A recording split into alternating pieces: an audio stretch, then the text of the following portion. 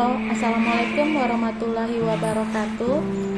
Terima kasih untuk yang sudah datang ke channel aku.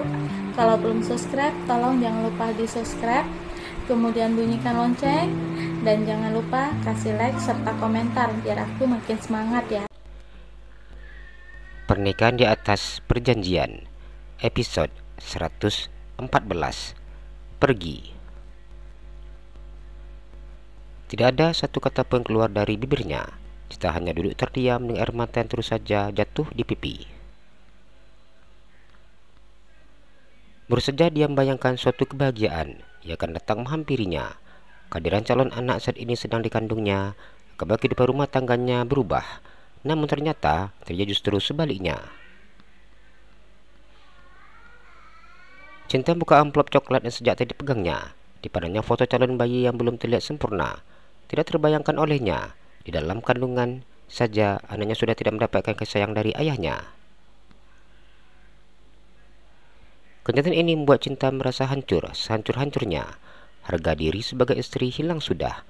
Bahkan waktu menjadi pelakon dalam rumah tangganya sudah menginjak-injak kepalanya. Mengapa suaminya dengan tega melemparkan kotoran di wajahnya? Padahal Rafa sendiri yang melarang keras untuk tidak menceritakan tentang rumah keluar.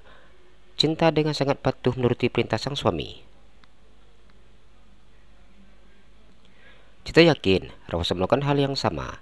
Apapun yang mereka lakukan itu hanya rahasia mereka berdua. Namun kenyataannya, semua mereka jalankan sudah settingan Karin. Sedangkan Cinta hanya sebagai tokoh figuran saja. Cinta terus menangis seakan tidak ada lelahnya. Padahal mata sudah sangat sembab. Mungkin hanya dengan cara menangis Cinta bisa melepaskan rasa sesak di dadanya. Terlihat dengan jelas bahwa wanita yang sedang hamil itu sangat terpukul dan terluka.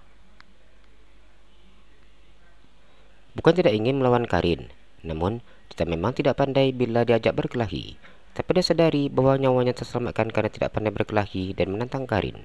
Dia tidak pernah tahu bahwa Karin sebenarnya sudah menyiapkan racun untuk padanya. Karin iblis berwujud manusia. Dia melakukan apapun demi mensukseskan tujuannya. Untuk membakar racun sesuai dengan kemauannya, dan rela menguras uang tabungannya senilai 30 juta. Padahal saldo rekeningnya sudah menipis. Semenjak Rafa menjauh dengannya, Karin mulai kehilangan mesin ATM-nya, sedangkan job pekerjaan tidak sepadat dulu. Hal ini disebabkan karena Karin yang sudah tidak bisa konsisten. Begitu banyak kesalahan yang dilakukannya yang berakibat pembatalan kontrak kerja.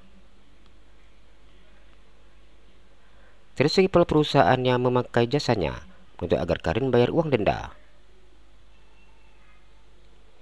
Karin yang terlalu bergaya hedon yang mengutamakan kesenangan dan fokus mengejar kepuasan tanpa batas menyebabkan dia tidak memiliki tabungan. Sehingga Karin harus bergantung kepada Rafasa.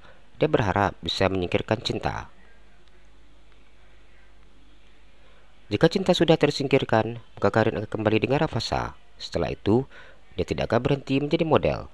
Dia akan fokus menjadi nyonya Rafasa dan menghabiskan uang suaminya. Mimpi kita terlalu tinggi, nak. Pada akhirnya, kita merasakan sakit ketika kenyataan tidak sesuai harapan. Tapi, tidak apa. Kita cukup menerima ini semua dengan lapang dada. Meskipun kita hanya hidup berdua, Mami akan tetap memberi kebahagiaan yang sempurna untukmu. Terima kasih sudah hadir di saat Mami butuh pegangan. Cinta mengingat surat cerai sudah ditandatanganinya. Itu artinya dia sekarang sudah tidak menjadi istri Rafasa lagi. Dan perjuangannya cukup sampai di sini. Cinta terus menggetir ketika membayangkan bersama suaminya dalam 2 minggu terakhir ini. Awalnya, Cinta merasa bahwa perjuangan tidak sia-sia mengingat perubahan sikap Rafasa yang berubah secara drastis. Namun semua itu ternyata hanyalah sandiwara. Malu, sedih, kecewa, semua bercampur menjadi satu. Maka hatinya pun terasa hancur lebur saat ini. Bahagia. Apakah bagian itu memang tidak untuknya? Mungkin Cinta yang terlalu bermimpi dan berharap agar bahagia bersama dengan Rafasa. Namun kenyataan pahit harus membuat mimpinya terhenti. Dia harus segera pergi demi menata hati yang sudah berantakan. Mengobati luka yang sudah menjadi luka karena perbuatan dari suaminya. Cinta berusaha menahan tangisnya, namun tidak bisa karena air mata itu terus saja mengalir. Maafkan Mami ya, Mami terlalu lambat mengetahui keberadaanmu. Adakan dulu Mami tidak minta untuk kuliah di sini, mungkin tidak akan seperti ini. Dia berkata dengan isak tangisnya. Setelah cukup lama menangis, Cinta mengusap air matanya. Dia berpikir kemana harus pergi. Dalam kondisi seperti ini, dia tidak akan bisa menemukan jawabannya. Namun, ada suatu tempat yang begitu sangat dirindukannya. Cinta pergi ke kamar untuk mengambil barang-barang yang dianggapnya penting.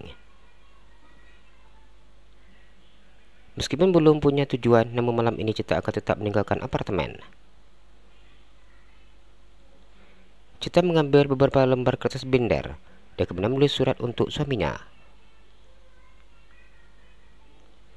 Meskipun tidak bisa berpamitan secara langsung, Cinta tetap berpamitan melalui surat yang berharap pria itu tidak akan mencarinya setelah dia pergi. Cinta mengusap air mata yang terus saja mengalir ketika menuangkan semua isi hatinya lewat tulisan.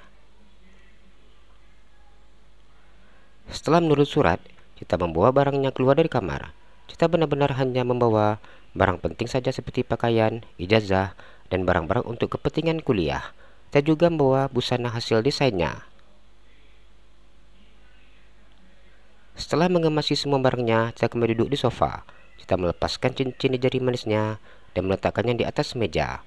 Kartu ATM yang pernah diberikan Rafasa, begitu juga dengan kartu hitam yang dipakainya satu kali. Cinta sudah bertekad untuk melupakan suaminya, karena dia harus menata kembali hidupnya. Saya juga butuh tempat yang nyaman untuk menyembuhkan luka di hatinya. Karena itu, saya tidak membawa apapun barang yang berkaitan dengan Rafasa. Bahkan handphone pun tidak dia bawa. Abang, Cinta pamit. Maaf untuk semua kesalahan sudah Cinta perbuat. Cinta menang ke arah ponselnya yang masih merekam hingga nanti dayanya habis. Cinta beranjak duduknya dengan sangat pelan. Dia melangkahkan kaki menuju pintu keluar. Kaki terasa lemas dan bahkan untuk berjalan saja tidak mampu. Pada akhirnya, dia duduk bersimpuh di lantai. Ya Allah, kenapa rasa sakit ini? Ya Allah, tolong hamba. Berikanlah hamba kekuatan agar bisa menjalani cobaan darimu. Setelah cukup lama duduk bersimpuh seperti ini, Cinta barulah berdiri. Dan kalau kaki yang berat, dia pergi meninggalkan apartemen. Cinta terus berjalan tanpa memesan taksi atau transportasi online lainnya. Langkah kakinya berhenti tepat di depan hotel yang tidak jauh dari apartemen. Cinta memutuskan untuk menginap di hotel, sambil menentukan kemana langkah kakinya untuk pergi. Cinta ingin melupakan semuanya dan dia harus pergi untuk mengejar kebahagiaannya. Walau bagaimanapun, Cinta senang mengandung. Ada nyawa yang harus dia jaga. Jalan-jalan ke Pekanbaru, jangan lupa beli sepatu.